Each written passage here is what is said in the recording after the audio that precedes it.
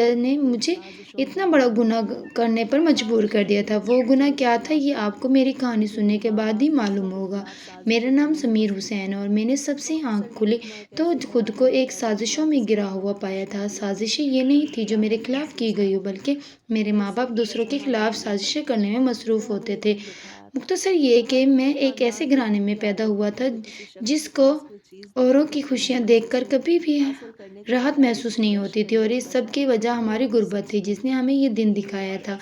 ہمارے پورے خاندان کو ایک بری عادت تھی کہ اگر کسی شخص کے پاس کوئی چیز دیکھو تو اپنی محنت سے اسے حاصل کرنے کے بجائے، اس پر رشک کرنے کے بجائے وہ نعمت اس سے چھین لو۔